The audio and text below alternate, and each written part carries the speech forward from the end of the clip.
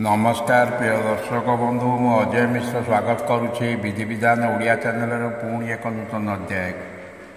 दर्शक बंधु आपण विभिन्न प्रकार समस्या विभिन्न प्रकार संकट बा विपद रे पड़ी रही सबु काम विफलता लगी रोची हेबा काम मझिरू अटकी जाउची। यही छोट उपायटी को आपण करी देखंतु आपण ए सबुथिरु धीरे धीरे निश्चय मुक्ति पाइजिबे।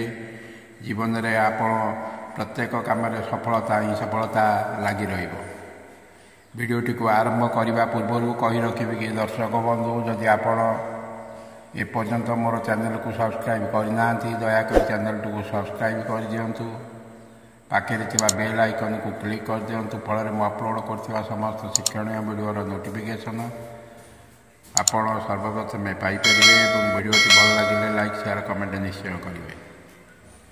दर्शक बंधु आपण जितेबाला सकाल उठुंट आपणकर इष्ट भगवान को 7 थर स्मरण करी से सेज उपर बसी गोटे मुंडिया मारे तापर दुई हाथ को गोटे मिनिट घसवे और दुई हाथ को जोड़ी कहतु कराग्रे बसते लक्ष्मी कर मध्य सरस्वती कर मूले तु गोविंद प्रभाते कर दर्शन।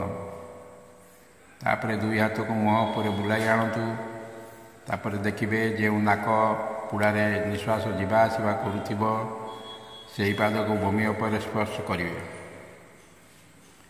ये हूँ नीतिदिन सकाल कार्य। तापर जो कम घर यात्रा करुँच डाण नाक पुड़ारे अर्थात सूर्यगार समय से गोड़ को प्रथमे आग को बढ़ाई यात्रा करेंगे एवं जीवा समय ये मंत्र को 3 थर पाठ कर जातु। यह महामृत्युंजय मंत्र 3 थर को पाठ करेंगे।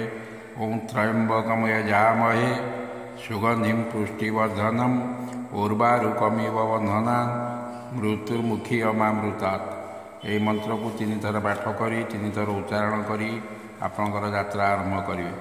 तापर दिन बेला जितेबाला आप खाऊँच सूर्यगार अर्थात डाण नाकपुड़ारे निश्वास जीवा आसवा कर समय भोजन करंतु। डाण नाकपुड़ारे निश्वास जीवा आसवा समय देवता दर्शन करंतु।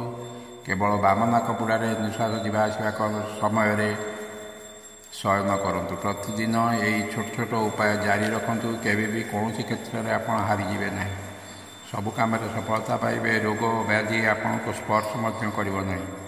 दर्शक बंधु भगवान प्रभु भोला शंकर सदा सर्वदा आशीर्वाद पाइबा कमेंट बॉक्स में लिखि दिंतु। ओम नमः शिवाय। रहुछि धन्यवाद नमस्कार।